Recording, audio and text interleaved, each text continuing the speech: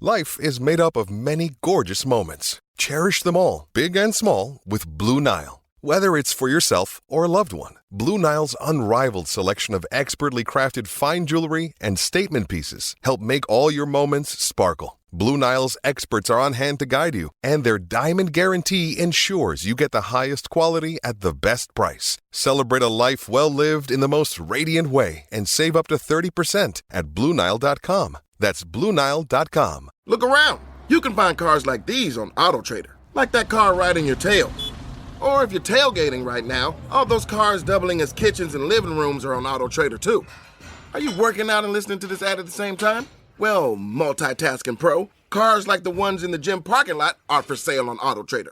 New cars, used cars, electric cars, maybe even flying cars. Okay, no flying cars, but as soon as they get invented, they'll be on AutoTrader. Just you wait. AutoTrader. It's really cool.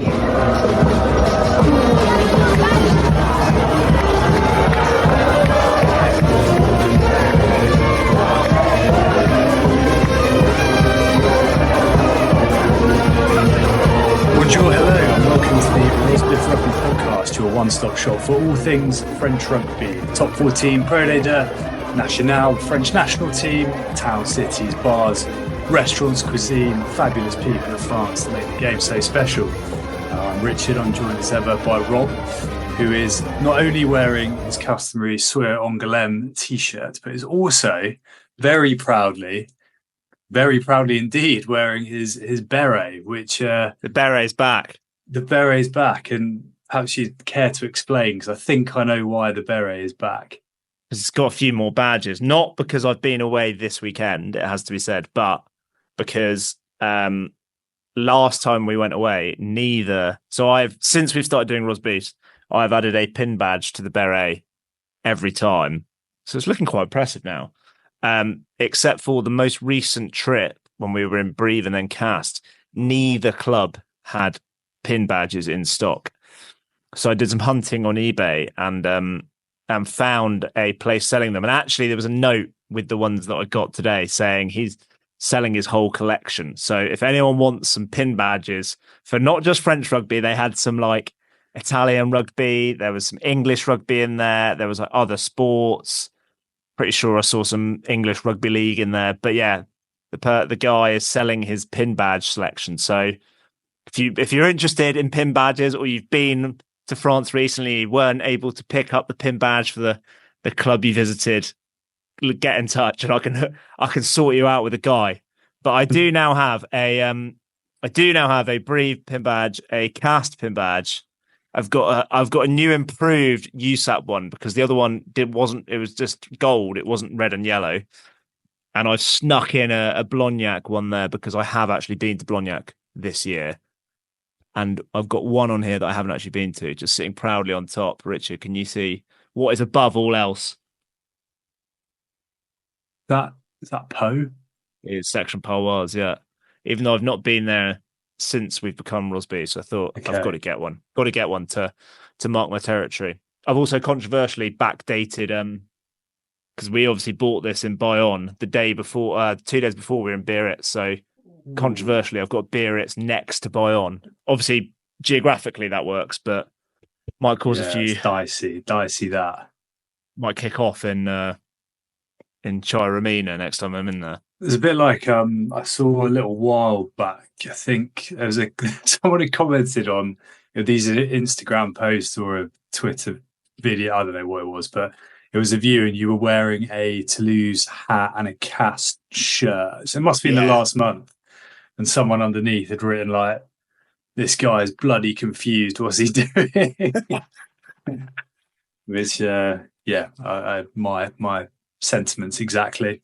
But it's looking like kind of getting a third of the way around. I've realised I've also probably gone the wrong way. I think I should have gone. Doesn't matter. But yeah, it's getting quite weighty. Hoping to obviously add a French cockerel to it when I go to Stade de France in a few weeks. Going to be like that guy who supports Portsmouth. With that, John Portsmouth Football Club. Yeah, exactly. Which was his actual name. Big hat. He renamed himself John Portsmouth Football Club. Yeah, I get the bit that he renamed himself. I'm sure he wasn't christened. I just want John everyone Paulson. else to know that.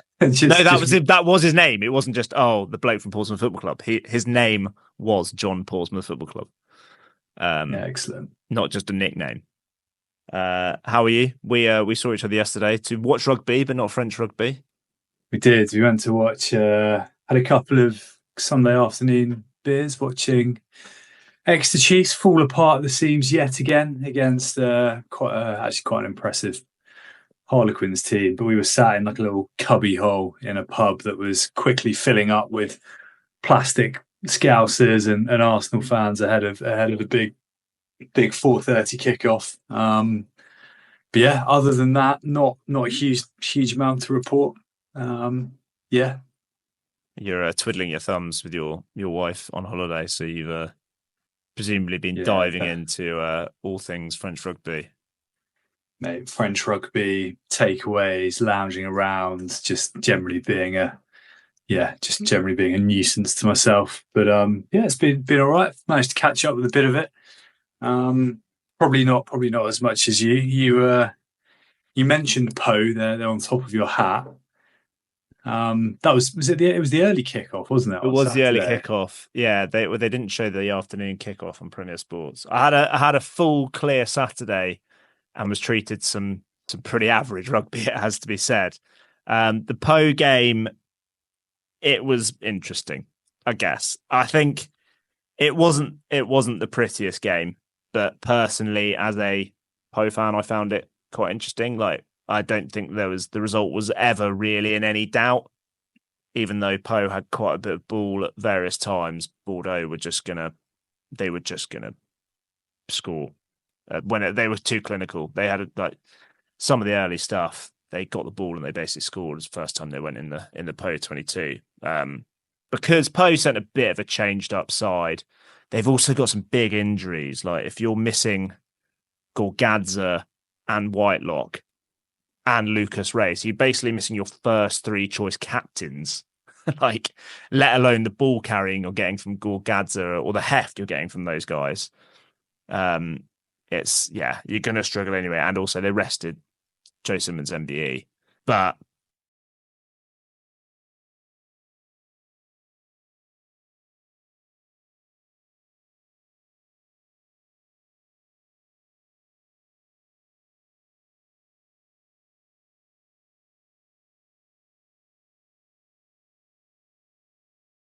yeah, this is real niche throwback. Did you say that that photo of Nelly was taken before Teo Atasogbe was born? Is that correct? That song came out. Well, I Ride With Me is from 2001, and Atasogbe is born in like 2004, so it's quite comfortably older than him. But yeah, he was brilliant. Like, whenever they were going to do anything, it was only ever going to be through him. We know about the electric feet. We know about the acceleration. We know that. So he's playing 15, which is quite cool. I think that shows another string to his bow. And I kind of wonder if that might be his position, because he can get involved in the game so much from there. Like, he was kind of stepping into the line at first receiver and that, but also his boot, like, it's so much length on it. And then there was one bit where he's kind of hammered it out of the 22. It's been returned. He's taken it and he's banana kicked it, like perfectly placed, gets the 50-22. It's just like the precision, the skill, the range of kicking, the length of kicking was just something I wasn't quite that aware of. And also his willingness to kind of step in at first receiver, which was, he's the real deal. We knew he was the real deal, but talking of first receivers for Poe, poor old Axel Desperez, who I haven't looked up the stats, but he's definitely sub 70 kilos. He's not a big man. He is legit tiny, like actually legit tiny. He was getting wellied. He was putting himself about all over the place. They actually went in with basically like a kicking game plan, which the weather was pretty miserable. And I thought Desperez was the backup behind Hugo Royce in the under-20s. And I guess we kind of saw a little bit why in this game. Like he was never going to be able to do anything ball in hand because Poe just got zero ball forward. Bordeaux's defence was excellent and Poe kept dropping it. But Desperez, his kicking, like his tactical kicking, I thought with him, Atisogbe and Dalbanya, they looked really good. They had a bit more fizz around the park when Robson came on, but their tactical kicking, like two of those guys are real young, like real young. Was kind of green shoots for Poe. And I guess that will end my self-indulgent chat about Poe. Jalabert was amazing. Jalabert is just like does what he wants. Like he's the perfect kind of French 10 because to work with a Luca or Dupont because he doesn't need to be. He's not a Farrell like or a forward like has to be involved in every play, or Russell maybe. He is that kind of. You can have that 9 that's the marshalling the ship in front of him, and he'll just pop up when he sees something, and he'll release his backs or do something amazing himself. That try for BLBRA, he is busting a gut round the outside. Like he sees the space. He's nowhere near the ball, and he's busting a gut to make the numbers. And his pace to get outside, I think it's probably Decron or is it Klemenchak? But yeah, just and then the perfectly timed pass. I thought he was brilliant.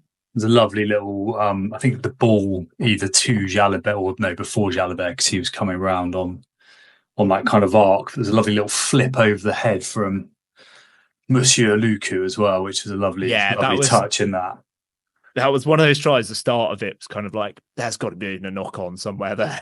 Yeah, like all of it went back, but it did look a bit scrappy. Oh yeah, so what did you come up with as the name for the Teo Atisogbe fans? Like Swifties, Directioners. It's the Atisog Bays. Like it just is. I think maybe Atisog Babes because Atisog Bays just sounds like you're saying his name. You should remember like the Jackson 5.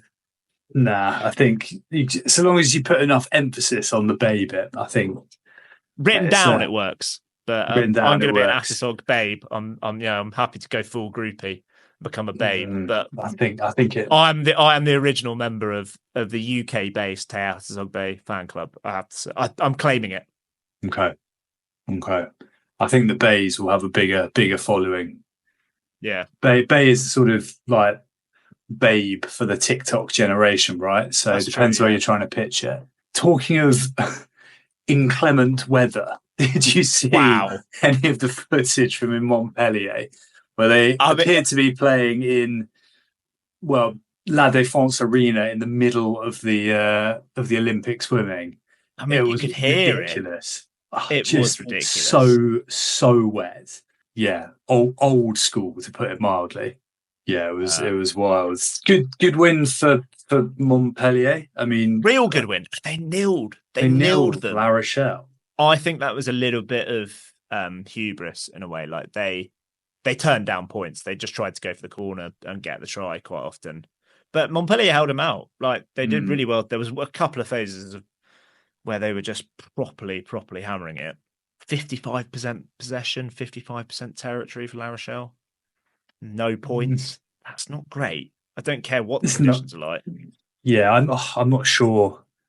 I don't know. I think when the conditions are like that, though, you can't. Full noise team, mate. That's an international team against a bunch of cowboys. Like, well, they've had a bit of a strange few weeks, haven't they? Because they got as good as nilled in San Sebastian, were it not for a 78th minute kind of rollover, and then beat Bordeaux, albeit against the side that Lucu, La Jalabert, Moefana off early, and then nothing at Montpellier. So I don't know, bit of a Aldrit as well, mate. I mean, like the drop off the back of the line out. That's just again, I don't care how wet it is. He's just that's also just shite decision making, isn't it? Who's banging one over the back when it's like. But he's got it. He then lets go. Like it's just he takes his eye off it, and it's just sloppy play. It's just feels like a bit of a scrambled game all round. But yeah, fair play to the Montpellier madness. Hoggy, a rare win. Stuart Hogg's now injured, isn't he? 5 weeks. Isn't 5 weeks. Another man injured in that game. Just so happens to coincide with his court appearances, I think. So really. Wow. Well, I don't know, but I think he's. I read somewhere that he missed one of them, which if he was on telly playing for Montpellier, is probably. I don't know how well that goes down when it comes to like the judge making their decision. But Guess we'll find out. Probably soon better enough. than when those lads like have the drugs tester come round. It's like, oh, sorry, I didn't hear the door knock. I was asleep. It's like, yeah, sure, mate. Sure, Mr. Farrer, that you were asleep that time. Big accusations. Mate, that's what he said. He was asleep when the drugs testers came around. Mo Farah did. Anyway, let's not get drawn into that. Another player injured in that game, quite a big one, both metaphorically and physically. Winnie Antonio injured in that one. And also injured in the Bordeaux game was Sapili Falatea, who would have come in for him. And Boston picked up an injury, but he was probably, as we decided last week, probably cool to be in the squad, especially as we're both big fans of him, but unlikely to play. So on that, Cameron Wackey's in for Bosch, Tom, right? From the squad we discussed last week. And then we've got Colom and Tatar. Have they replaced? Yeah, Antonio? Regis Montagna. Oh, of course. He got chewed up on Saturday night. Still a fabulous, at least when he was at Grenoble, fabulous kind of name to place link. Very good. Well, Clermont's pretty good. And while we're on La Rochelle, Antoine Astoy is now in the squad because Leo Bordeaux has also had to drop out. There we go. But you mentioned it in terms of the weather and the quality of pitch. La Défense Arena was no longer a swimming pool. The club is back. And my God, it looked like they were glad to be back. The Yeah, first 20 really, minutes. That was a team playing like, oh, this is fun. Well, it's like when, to use a bit of a cricketing, not an analogy, when we were younger, so when I was keeping wicket, we had this slightly ropey coach whose theory was that if you kind of put weights around or like sandbags or beanbags around your wrists while you're keeping wicket, it will mean that in a game your hands are quicker. So I think in Créteil, they've basically been playing on like a sand pit for 3 weeks, and all of a sudden, like razor sharp because everything's in fast forward. They looked great, didn't they? But only just, it was 30-23, but looked like they were going to really put USAP to the sword. Yeah. It wasn't 30-23 according to the Top 14 website. It's 30-26 on the Top 14 website. And according to the Top 14 website, at 10-0 down, Georgie Berrier dropped a goal for Perpignan to take it to 10-3. Excellent. I was looking at that being like, is it 23 or 26? And I had to look at other websites and then went back into the resume and said, oh, yeah. Supposedly Georgie Berrier has kicked a drop, even when he wasn't on the pitch as well. Georgie Berrier had... So Owen Farrell had a fairly interesting... Obviously, he got his first try with a bit of a hack through. Good pickup for that, though. It was a good pickup. It was from a loved it as well. He properly. He's the gone Farrell proper, fist bump was there. Yeah, he's gone proper. No, it's more like he's gone full Drogba, like real celebration. He then managed to get himself yellow carded after huffing one out on the full from like the 10-meter line.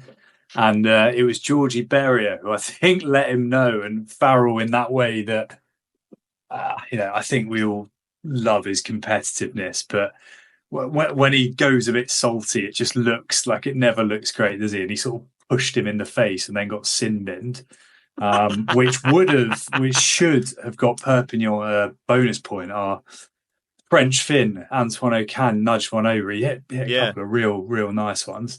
And then, is it Barak who plays for Jean-Pascal Barak? Gave away the most needless penalty to basically give up the bonus point.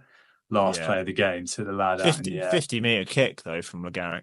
Yeah, it was. Pretty much. No, I think that one was a bit closer in, wasn't it? I don't know. But so probably a little bit disappointing for Perpignan. Looked like they were going to get absolutely steamrolled and put up a pretty decent fight, albeit helped by some. I think they had 3 yellow cards, Racing, which is decent effort. They had 2 at one time, didn't they? Leclerc and Tafa. Yeah, they've had loads this season. That's clearly still a bit of a problem for them. Just on Faz, there was also an old school dive pass on a bouncing ball, which set up quite an extraordinary try. Max Spring was electric to get through the gap. I thought he was going to go the whole way as well. He gasses Tommy Allen, and then I think it's Ocaña kind of catches up with him and he just gives it to Diamani, who also himself set up a brilliant try Le Garrec fizzed it out to him down the blind side and he's kind of backed him, he's gassed the winger and then hurled it back one-handed and just Le Garrec's got a free run to the line of about 30 metres. Diamani, we did say, or you said at the start of the season, like, that's a player that, having seen highlight clips of him on the High Veld or in the Western Cape, could enjoy the indoors of La Défense, and certainly looked like he had a brilliant game. So it transpired. You mentioned Max Spring there. Tom Spring had a hell of a game in what was frankly, like an extraordinary match at Stade de Gerland. Lyon, who have a really good start to the year, basically don't ever lose at home. Had 49 points put on them by Bayonne, who out of nowhere are third in the table. They're absolutely flying. There is a brilliant try from Tom Spring. There is also, he sets up the quite ludicrous try for Jean Mosquez, kind of again breaks out from his own try line, basically. Following a few like bouncing, fumbling balls. It's wicked. And also no brilliant Bayonne tries complete without a delightfully weighted, casual crossfield kick from Cami Lopez, which is what we got to that Jean Mosquez, who also scored a brilliant try, second one. Showed progress. A few minutes later, he was like class. I think he played a little bit in the under-20s, but I don't think he was first choice, which is kind of slightly frightening. Some brilliant game. Yeah, last 2 weeks they hammered La Rochelle. They then went and they pumped a really poor Racing side, but I don't think they rested a few. Mangala, who's kind of been their main man, wasn't there. Well, Sagons, as we said last week, is now their first choice 10, and he was on the bench. Not required with King Camille, but just a phenomenal performance. And also what I thought was really impressive about this was you do see teams get off the fast starts. I think they were 20 points up at half time, but with 15 minutes to go, Lyon were, I think, a point or two ahead. And they managed to wrestle back momentum and 32-14 to 33-32. Yeah, and I think Lyon's final try was with clock in the red, so it's a bit of varnish on the scoreboard, if nothing else. It's hugely impressive. They just suddenly seems to have clicked and then some for Bayonne. It'd be interesting to see how long they can sustain it, because it's mighty impressive. Manu must be thinking it's just so easy. Yeah, just come in 1-3 on the spin. Suddenly got options though, because Tiberian was brilliant at the back last week. Tom Spring has not been seen all season. Not been seen properly for a while. If he's going to come out and play like that, he was brilliant. And then if they've got I think it was Arabe, isn't he, the fullback, and then Jean Mosquez. You've got some youngsters there that also look like they're going to be pretty jet. It's exciting times all of a sudden for Bayonne. Yeah, because their pack is brilliant, really is. And like it wasn't a full choice pack, and which unfortunately at the moment includes Alex Moon being in the kind of slightly weaker pack. But I thought he was brilliant as well. Yeah. He looked like he'd got himself properly involved. Yeah, real good shift. Great. Yeah, very good. Other end of the table, Van got another really valuable home win against my beloved Cast, unfortunately, who keep sort of having these valiant away defeats. Like I don't think they've sort of been further adrift than 7 points in all of their near enough in all of their away defeats, but still haven't got over the line. But fair play to Van, like they're just really hard to beat at home, really dogged. Forwards, isn't it? Great. The two highlights for me in this from a Cast perspective, obviously, Hulu scored after 15 seconds, which is quite flair. If they carried on, well, I've got 17 seconds. If they carried on that rate, Richard, it would have been 240-0 or over 240-0 by the end of the game. Strike rate. Good 2020 strike. That is also just in itself a ridiculous try. For anyone to claim a kickoff, the first kickoff, regather it is quite flair. But then to kind of like, it's also like a volleyball pop, like, when you like put it and then for someone to spike it, it's almost like that to Nakarawa, who like shock. It's like he juggles it, but it's one of those ones where as soon as he caught it, because he's juggling it, he's then like full steam ahead. And also just the final ball from Popolan is just quite outrageous, I think. Yeah, that was nice. He was brilliant at 10. He's very good. Which was interesting because they had him. LeBrun played 12, didn't they? Yeah. And they had Demora at 15. The real highlight in this game for me, though, is I think the first van try, they roll over a maul, and the main man, Raisuk, who was on early for, I can't remember who he came on for. But basically, like, you know, when players try and sort of get in the eye line between the ball and the ref, like the ball's been grounded for about 5 seconds, and suddenly you see him just like springboard over the top to kind of plant himself in the way. It's obviously the ref's having absolutely none of it either, but it's just also that try took an age touch. to award. It took an age in the highlights, which was only like 8 minutes of highlights. It took blooming ages in that. Like, it must have taken ages in the actual game. It's because they wanted to see Raisuk dive over the top. But brilliant for Van. And a team, I don't know if I actually haven't seen any of this, but the team who were in dire need of a win was Stade Francais, who duly put Clermont to the sword. Yeah. They were back to the Stade Francais of last year. It was really weird. Before this game, they were averaging 30.7 points conceded per game. It's remarkable. Which is astonishing for a team that had the best defence in the league last year. But yeah, they were just back to their best. Like, the line-out worked really well. The scrum looked better, like way, way better. They moved Moses Alouamil to loose head, which apparently is his preferred position. And they finally got Gomez Cadella, who I don't remember ever being any good at tight head. They were just absolutely burning the Clermont scrum, which is quite impressive. Eziala was great. There was a wonderful try off a line-out move with Penny Dakawanga just cutting back hard, and he's just so quick. Oh, it was such a lovely move. The move. Back of the line-out, like he's some player, isn't he? Player I haven't quite worked out yet is JJ Van der Mesch. Like, he's obviously enormous. Like, I think I heard an interview with him once. He was like 130 kilos, age 16 or something like that. Like, he doesn't quite have the explosivity of like a Miafu or a Skelton or a Roman Tau. But he's bloody big, and he seems to keep going, which is quite something when you're that big. I think he's been getting quite a lot of plaudits recently, and I think I could be wrong, but I think in the past season or so he's lost like 15 kilos. So I think he's perhaps a little bit less explosive, but can last the full. Because he's sort of in that almost Pasolo Tuolangi size of He's not like a 6'8" second row. But I mean, he's a unit, isn't he? And he's adding some ballast, if nothing else.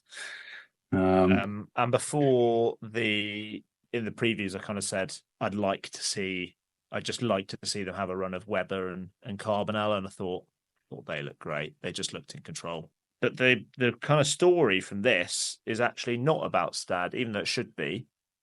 Stade returning to the Stade of old. Been a bit going on at the other end. Yeah. So did you see? So in the week, Christophe Urios signed an extension. Yes. I think 2 seasons, something like that. At Clermont, 2027, I think. Which was met with a further year option, I think. Yeah, which was met with in sort of mixed reviews. I think. I'm a big Christophe Urios fan. I just think he's hilarious. I was going to save it for the Petit-Fours, but there was earlier on in the week, about the day before he signed, a photo of some Clermont fans that had various garments with his face on it, including a load of them with a pair of yellow and blue budgie smugglers with Christophe Urios' face on it. And the photo I saw was him like with those blokes, and I genuinely think it's the only time I've ever seen him smile. Incredible. Yeah, so they're clearly in the pro Urios camp. Someone who isn't is former Clermont winger, who I think was a Sevens player, Marvin O'Connor. So I'm reading this got quite a lot of attention, but I'm reading this from Rugby Pass. So fairly late on, This is this is gone midnight on Sunday morning. The emoji laden tweet from O'Connor reads. Context here: he was signed as a medical joker for Clermont, played a few games. Urios took over and never picked him. Nice performance again, Christoph. 450 points conceded on the road, and you're back. You're a genius. You seem to really get on everyone's nerves, Einstein. There's not a single one of your super soldiers who can nick you, arsehole. So not the most measured response. He then also went on to, among other things, describe Urios as a dish of bechamel sauce, which is seriously rogue behaviour. What? Yeah. Yeah, it's quite something. Oh. Yeah, anyway, so yeah, Urios taking a bit of heat, bit of a hammering, but if nothing else, I feel like the bechamel sauce deserved a shout out. Now we'll invariably be going down a Marvin O'Connor hole to find out more about this guy. Maybe we can get him on the pod. Yeah. Oh yeah. Have we followed him on Instagram yet? we'll find out. So yeah, that was the late kickoff on Saturday and the late kickoff last night. Did you see any of it to lose too long? I did, yeah. Cool. Really bizarre game, just an absolute hammering, but really underwhelming. Yeah, they didn't feel like when they were on like 49 points or whatever they're on. It was like, how have they got there? Sort of thing. I was particularly sad in this game because Pierre Mignoni is obviously serving his touchline ban. And he was kind of up in a gantry behind a glass wall, sans clipboard. They kept cutting to him on like a bar. It was like a sort of individual bar table for one, looking like his flight had been delayed. And it just kept getting pushed back. Clipboard. It just looked like it was just missing like Simon and Garfunkel. Hello, darkness, my old friend. Like Sound of Silence. That's the name of the song, isn't it? Like it was just, yeah. It was no clipboard. That's the first time I've ever seen him without a clipboard, other than in his playing days. Yeah, he looked shorn of his former power. Yeah, bit of a strange game. The only two things from this that were of note for me was one of the few slightly off games I've seen Antoine Dupont have. Yes. Certainly in the last.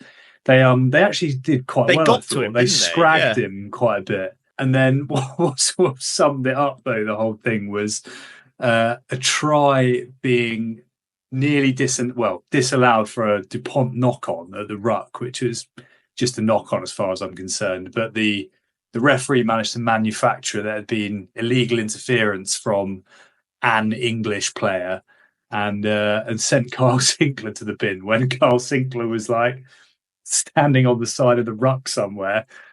And he's like obviously pretty early in his French career, not speaking much French, just wanders off looking bewildered. And it turns out that the infringement, if it was that, which I don't think it was Lewis Ludlam.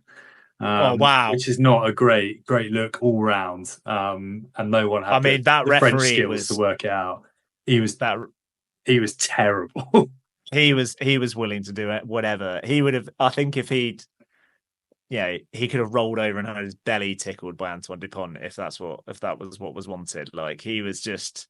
There was no way he was going to give anything against Toulouse that was remotely controversial. Yeah, the try. Give Toulon a few scrum penalties just to keep them happy, just to make it look like I'm not completely biased. Yeah, it was quite funny. But a little bit of a strange game. Andrew Capuozzo looked like a totally new player again the last few weeks. He's been so incisive. Yeah, they've got Anthony Gelon as well. I thought was brilliant off the bench. Like his second try is a proper beastly carry that you don't actually really associate with him that much. You associate the kind of work rate and scrapping and just general physicality and farmer strength, but that was a proper like explosive big boy. You know, he's probably rocked Carl Sinclair back, that sort of thing. Looking ahead to next week. And Richie Arnold, talking people getting bumped. Richie Arnold got bumped by Donglot, who is not much bigger than Axel Deathperez. Oh, I saw that. Yeah, 70 absolutely kilos. hammered him. Richie Arnold has gone off injured. Yeah, it was it's quite a big. It was weird. It's quite a big collision as well from like a small bloke. Yeah. Fair play to him. Right, looking ahead to next weekend, there is one absolute standout, I think. And for me, that is the Toulouse play late kickoff, but they go to the Stade, or the late kickoff on the Sunday, they go to Stade Jean Daugé against a red hot Bayonne. That looks really interesting. Otherwise, I don't know, there's a few it feels like you could relegation battle. Perpignan Vin. Yeah. Long old way that. Yeah, that is decent yards. Be interesting to see how Racing go at Pope. Have been fabulous at home, haven't they, this year?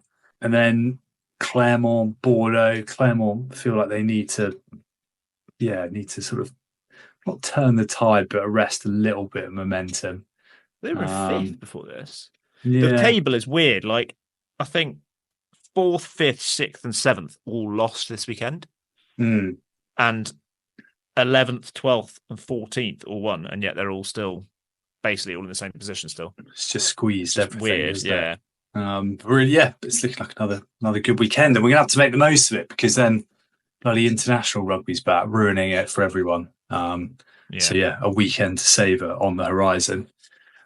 Should we come back and talk about Pro Day Deux? Yeah.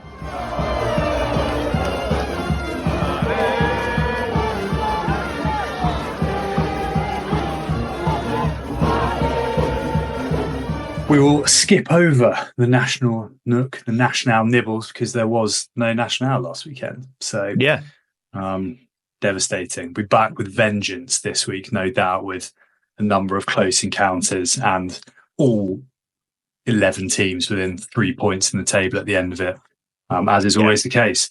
But Pro Day Deux marches on. We are fractionally over a quarter of the way through the season. So only 60 matches left for all of them to play. And it's particularly this week, it's been a fascinating start to the season. I know we keep saying it, but I think it's more so than any other time in which certainly we followed Pro Day Deux. It's really outdone itself this season, isn't it? It has, and not just in the classic Pro Day Deux way of like the old scraps, some ridiculous drop goals and like people getting their haircuts in the stand. Some highly entertaining rugby. How would you sort of sum up where we're at? Initial thoughts at this point in the year? My initial thought generally is I can't see a scenario where Brive aren't in the top 14 next year. Interesting. Would be I just think they're going to be there. It just feels like it. Even though they just snuck past Dax. Well, they are currently only second anyway, but I think everyone's way off them in terms of.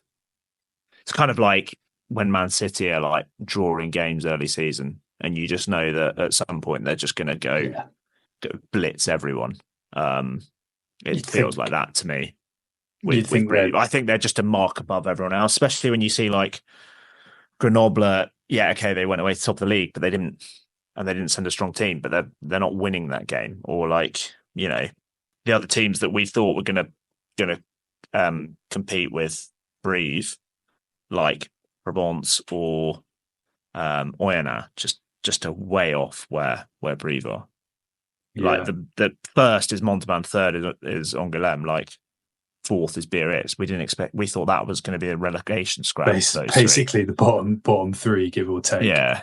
I'd probably be. I'm sort of tended to agree with you in the sense as well that obviously the way it's set up is that you don't need to finish top to go up, right? Like I can't see a bit like what we said about Toulouse in the top 14. I can't necessarily see a scenario where. I don't know, on any given day, obviously anyone can win a straight shootout, but on any given day with a lot riding on it, their depth and their quality you'd think would shine through. And if you end up in like a neutral venue, certainly for like if they're in the final playoff to win the top 40, the Pro Day Deux, and that will be in wherever it is, Lyon. No, wherever. It was Toulouse last year, wasn't it? It was, I think, isn't it like a long term? Yeah, I think you're right. Yeah, it's so yeah, going to a neutral venue, like the teams have beaten them, like Nevers and Mont-de-Marsan, but that's at home with, raucous home crowd, etc., etc. I think the interesting one is Biarritz. Like that is quite a cool story developing. It looks and feels just so much more modern and professionalized again. Like it feels like a vibrant place, whereas it felt like a big club. Yeah, suddenly. Felt like a real ruined relic, like last year or the last couple of years. Yeah. Whereas it now feels like they're kind of getting back. It's whether I'm intrigued to see whether those three teams that I just referenced, Montauban, Angoulême, and Biarritz, can sustain it. I think Angoulême are going pretty well, to be honest. Yeah, Montauban, they really are. I mean, Montauban out-muscled Grenoble the weekend. Like, if they're doing that, that's a pretty good sign. It's just, yeah, those teams are like were properly close to getting relegated last year, and it's just. You just have to doubt how much it can be sustained. I just did see the Pro Day Deux website said something. It was something along the lines of Montauban remain a threat, or kind of a kind of here to stay sort of type vibe. But yeah. You're. I mean, Angoulême got the monkey off their back first home win against Biarritz, having had a draw and being successful on the road. I suppose we're now getting to a point in the season where there'll be a break, won't there, in a couple of weeks, and then it'll be absolutely minging in some of these places, and people are going to start getting injured, and we might start to see a few gaps opening up. But I don't know, maybe we would have expected that to happen a little bit sooner. But it's been fascinating, and we've obviously, when we spoke to Ronan Loughlin last week, he said sort of how strong a side Stade Niçois were when they'd come up. They obviously beat Aurillac, lost to Valence Roman at the weekend, which is a massive result for Valence. But then Aurillac have gone to Mont-de-Marsan away and beaten them, where Brive went and got hammered. Like there's just it just sounds like the quality is sort of. It's really extensive, and it's making for a fascinating league. I think just on that, Aurillac and Valence winning again, like we kind of had in top 14, the bottom two sides win, and they're still the bottom two sides, which seems weird. I just think the fact that you've got Oyonnax, who we know have got whole load. Well, we know they've got a big budget. We know they've got some actual kind of big name internationals there. Yeah. And they're still only 50% win rate. Like it's just odd. Okay, yeah, I think quarter of the way through the season is still too early to jump to conclusions. I know I've jumped to a conclusion on Brive, but that's pretty much the only one I'm willing to put my name to. Obviously, Saxby are also going to get promoted. Oh, it'd be so good, wouldn't it? Can you imagine? Imagine them versus Montpellier in the access match. That would be unbelievable. The number of merguez flying around the Stade Chanzy would be something else. I think I'm genuinely, to be honest, I think I'm minded to agree with you. I don't think I think at the other end of the table, I don't know, it feels like it's going to be Stade Niçois and Valence Roman. I think I said in the video previews last week, I don't see. Yeah, they beat Aurillac last week, but I don't see that. Like Nice they just are going to be in a relegation battle. I just don't see how they're not going to be, like, especially when they're losing home games. It's you can't survive in Pro Day Deux if you're not winning home games. I don't think. Yeah, I mean, or not loads of them. A low budget as well, aren't they? Montauban struggled home form last year, and that was why they were so far down. But I genuinely think you could, like, the table just doesn't really have any shape at all at the moment. Like, no. It could be, like, it genuinely could be anyone. And I think it almost puts Montauban's start into, like, it's quite remarkable actually, the turnaround. Like, to have won 6 out of 8, having been it was like last play given up, like of last season, wasn't it? They secured staying up. They were in the national access match, right? They were in the access match. They won 13-9. Like it's not like they were at Narbonne. At Narbonne, they were down for quite a lot of that. And now they're top of Pro Day Deux. It's and like remarkable. They played well on Thursday. Like Grenoble sent a pretty strong team. That I think the magician of the mountains, Sam Davis, has been out for a while. I think they sent a pretty strong team. Georgi Javakia, who is a try scoring machine in the second row. Not often you say that. Seems to only scores in twos as well. From what I can tell, he is a proper like. There's pick and go tries, and then there's actually just like being way stronger or like just getting an arm out from nowhere to plonk it down. I watched during my drinks breaks today at work. I watched the highlights of 2 games, and I didn't see a single try scored from more than 5 meters. Out of 12 tries, I think it was 3 each for Colomiers and Agen and 3 each for Montauban and Grenoble. But the fact that Montauban are able to muscle up and score short range tries, like really well executed short range tries against Grenoble, like pick and goes that were actual like quick pick and goes as opposed to your 2020 era Exeter Chiefs kind of we're going to set up another pick and go here, take 5 minutes, eventually power over. However, Montauban inches, although there were no tries from more than 5 meters, they were inches away from what would have been one of the greatest tries ever. It was a crossfield kick from their own 22 to Stefan Ahmed, who gathers it. He's basically hugging the touchline. He chips it over the opposition winger. It bounces. He grabs it again and kicks ahead again, and then has the gas to get there and dot it down. But unfortunately, that first kick where he's chipped it over his opposition winger is like just clips the line. Just clips the line. We're talking an eighth of a rugby ball away from one of the tries of the season. A genuine groan from Stade Sapiac you could hear kind of come across the mic. But, Stade Sapiac, which sold out as well for the first time in a long time, full sellout. I think it's about 8,000. Plastic pitch there now as well. It looks cool. It sounded really rowdy. I loved that as a stadium. It was quite old school. I'm intrigued to see how it differs now. It's got a plastic pitch and had a bit of a makeover. But at-play match was great as well. Food was great. Good place to visit. And they've got a bit of a derby game on Thursday, Halloween affair at Colomiers, not too far away, who have also had a decent start. Colomiers back-to-back derby-ish games for Colomiers. Yes, they lost Agen, didn't they? Yeah. With again, no try scored from more than 5 meters.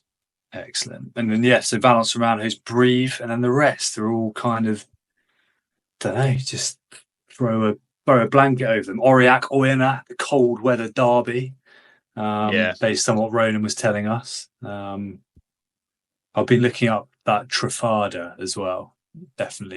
Will definitely be sneaking that on. Sort of looks a little bit like a tartiflette, but I'm just going to assume there are probably like very proud differences between them. Tartiflette. Well, the fact it's in a wheel of cheese being the. Sorry, I'd forgotten about that. That was quite a key kicker, wasn't it? That was the point at which you actually started making strange noises down the microphone. Yeah. Quite a winnable game for our boys away at Béziers. Béziers 4 defeats on the spin now. 4 in a row. Wow. Okay. And Pro Day Deux player of the season for last year, Samuel Marcus playing 10 on. Did notice that, yeah. That strikes of a bit of panic to me, or injuries. But yeah, probably means Béziers will win, to be honest. Although Saxe-Villa are unbeaten away from home, so I tell you what, if they win that, do you think Brive will beat Valence Romans? Having said that, Valence Romans are almost certainly in a relegation battle. Brive are basically top 14 in waiting. Don't know. Valence Romans they're on a streak. They're on a 1-game winning streak. I reckon they're going to do it. It's going to be cold. It's going to be miserable. And they're going to win by like a point. Yeah. they're one of their tries that was in the top 5 of the round was just the most forward pass I think I've ever seen. So I'd quite like to they're go. Playing some. They're half decent. They're playing some half decent rugby. It has to be said. Like same with Nice. Like these teams that are rubbish. Like they're not. They're not rubbish. They're actually pretty good. Yeah, I mean Montauban last year when they were down the bottom were not playing good rugby. Same with Rouen at various phases, but then Rouen plays brilliant rugby. So yeah. I think a lot of these sides are very, when we're talking earlier, like general themes on Pro Day, I think there's some very well coached sides. I was thinking that a little bit about, so Van Spitzer was very animated at the end of the win against Cass, and he's obviously kind of come up all the way. And just think it just feels like a bit of a breeding ground for really good coaches because you have to be, otherwise it's just like with some of the disparities in budgets and things like that, it'd just be utterly miserable if you didn't find ways. Yeah. And fair play, a lot of these guys do. And we spoke last week about Aurillac having a Romanian head coach. I've got a lot of time for it, enjoying it greatly. I just every Friday I look for a stream. And I don't know how I'm looking. I don't know what I'm looking for. I just want I want a live stream of a Pro Day game to just appear in front of me, maybe you get me out for my birthday in a few weeks, which is just there's a hologram of Pro Day games. There's a barber shop on the high street near where I live where the old boys in there, you name it, day of the week, whatever time, they're always watching some sort of football. So maybe if we book you in for a haircut at kind of 9 p.m. on a Friday. Nice. We might be able to get Pro Day there on for you. We'll see. I'll see what I can do. Yeah, Mont-de-Marsan v Biarritz is on my birthday. That's the Thursday night game. Oh, nice.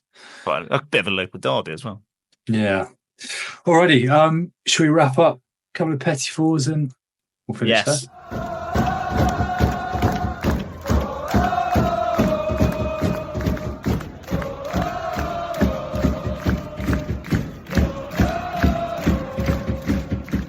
Okay, Rob, you said you had a few Petit-Fours. I've got one, which I'm still slightly shaken by, but I'll let you go first. Well, I've got one just to lead on nicely from Pro Day Dirt, because my first one was the Urios one with the Budgie Smugglers. Did you see the try celebration from Georgie Pertaya for Grenoble? Ridiculous. The tight head prop who in the 80th minute has scored not a winning try, a try to secure a losing bonus point, but tight head prop, Georgian tight head prop to do a full backflip and land on his feet is remarkable. It is incredible. It is incredible. It's talking of props. We didn't mention the Sachs v Scrum. Oh, the Scrum of Death. The Scrum of Doom. It was amazing.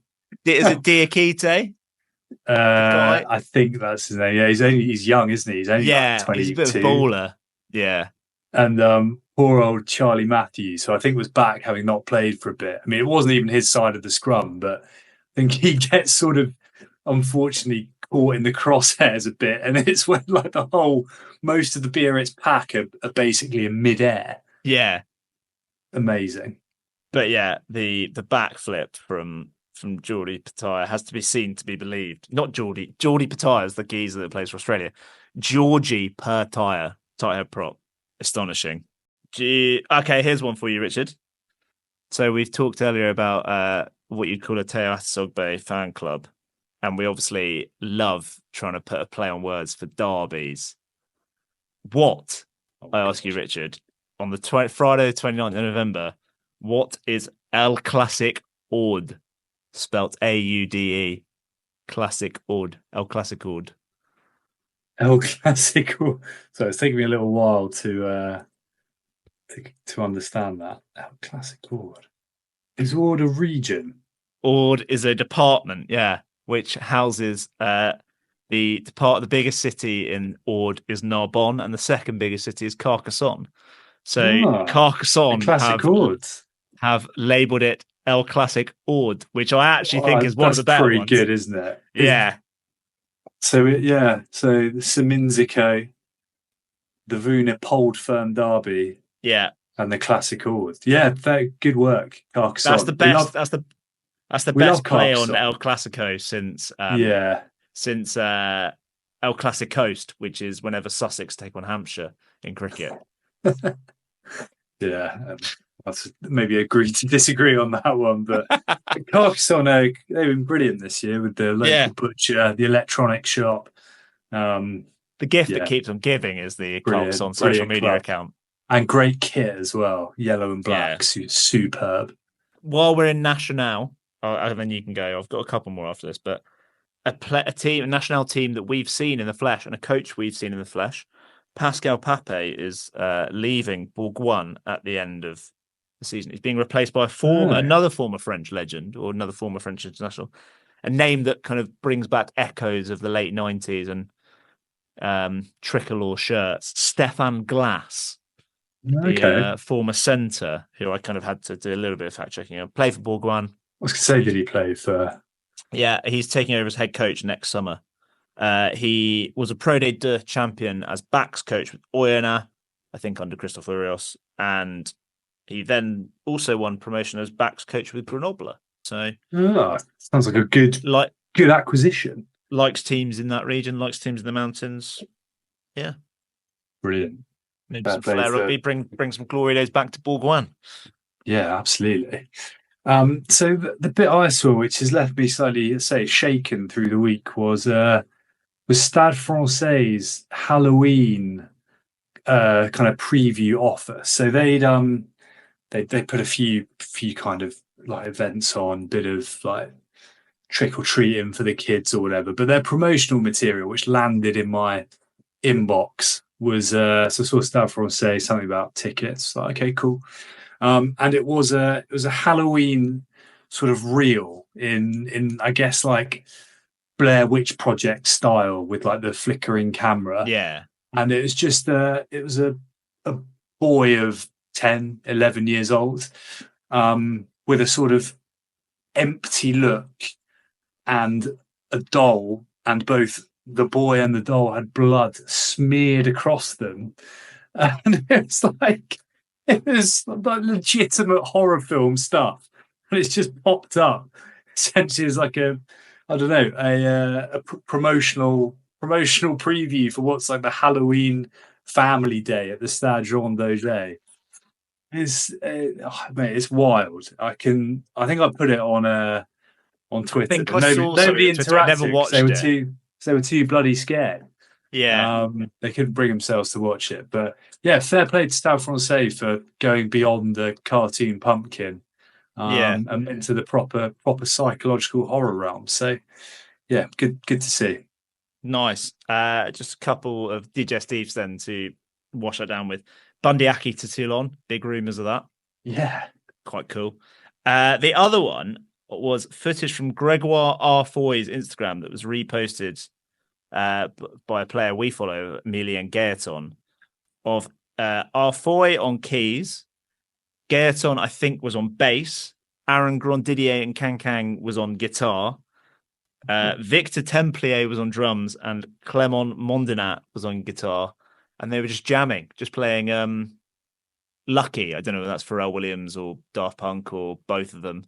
But yeah, just playing that on Friday night. That was just a little bit of jamming before taking it to Bordeaux the next day. But yeah, I thought it was quite cool. They've got a little band going at Pau.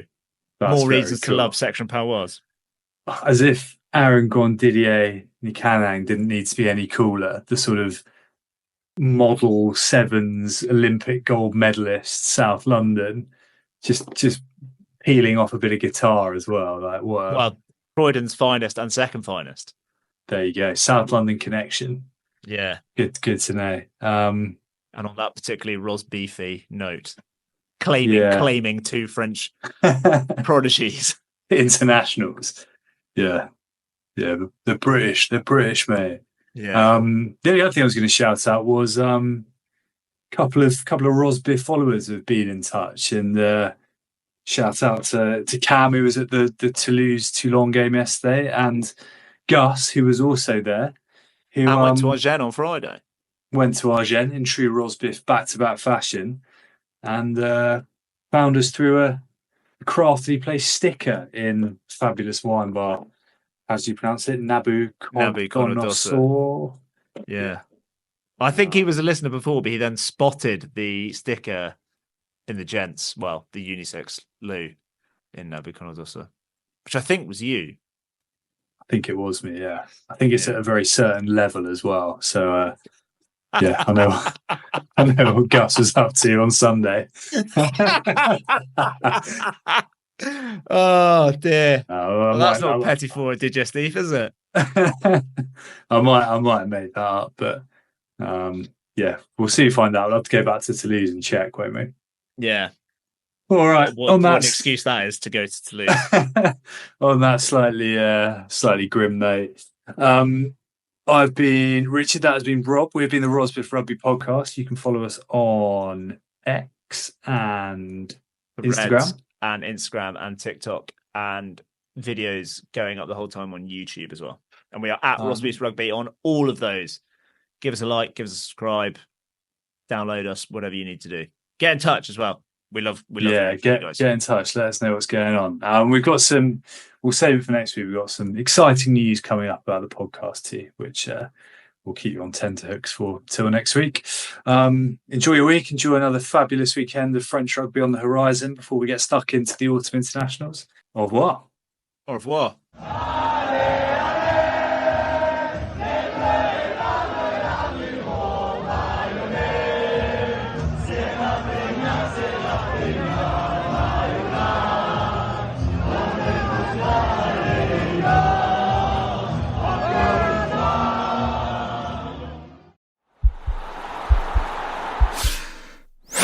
This podcast is part of the Sports Social Podcast Network.